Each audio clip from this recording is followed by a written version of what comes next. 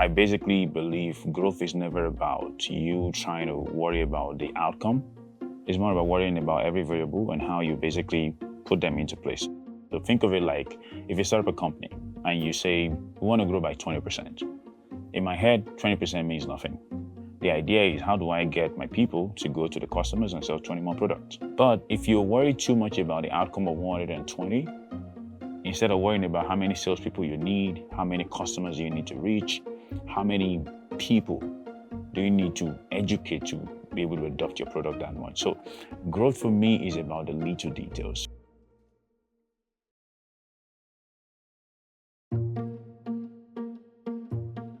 The first question about growth is understanding. It's always going to be about, do you know what you're selling, really? And to understand is almost about breaking everything down into little variables and how you can, facilitate each variable to improve to the point you need.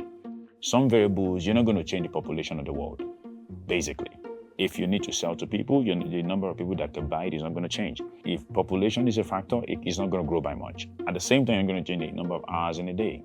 If you produce something every 5 minutes, you're not going to sell more than the required time you could use to produce it. So those are things you need to first of all understand. And then when you put everything together, it becomes, okay, here's the bottleneck. Then how do we improve the bottleneck? For growth to happen, you need to understand how to stay where you are and make the best of it. Then you say, okay, this is how we scale up. When you want to grow something, what you're growing actually needs to be able to deliver value to somebody else. So beyond the idea of, okay, I make money from this, things as little as milk. How do you get it to the people? How do people trust it? How do they know that it's going to give them the right nutrients? And those are the little variables that matter.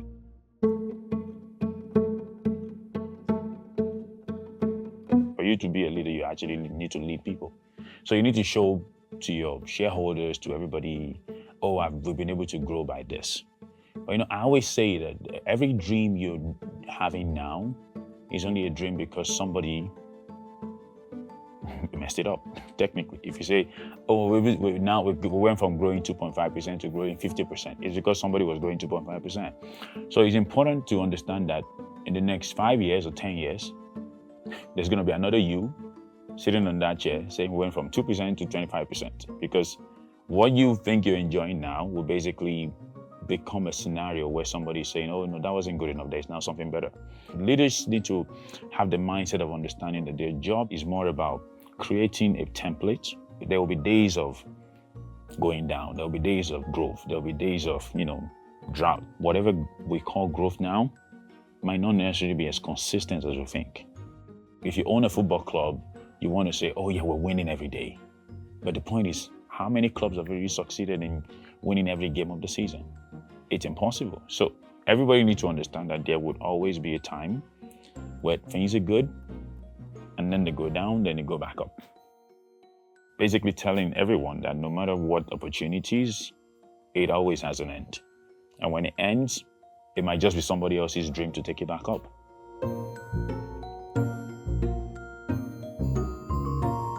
If you're not able to create a psychologically safe environment for people to, come up with things to the leader, I think it's impossible to ensure a growth mindset. You grow more what you think you own.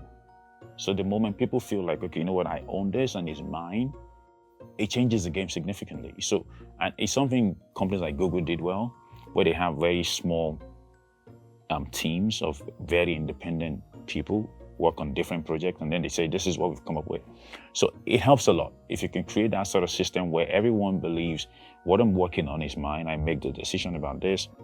So micromanaging is the first thing leaders need to run away from, to say, I don't want to get involved in this as much as possible, let them own it.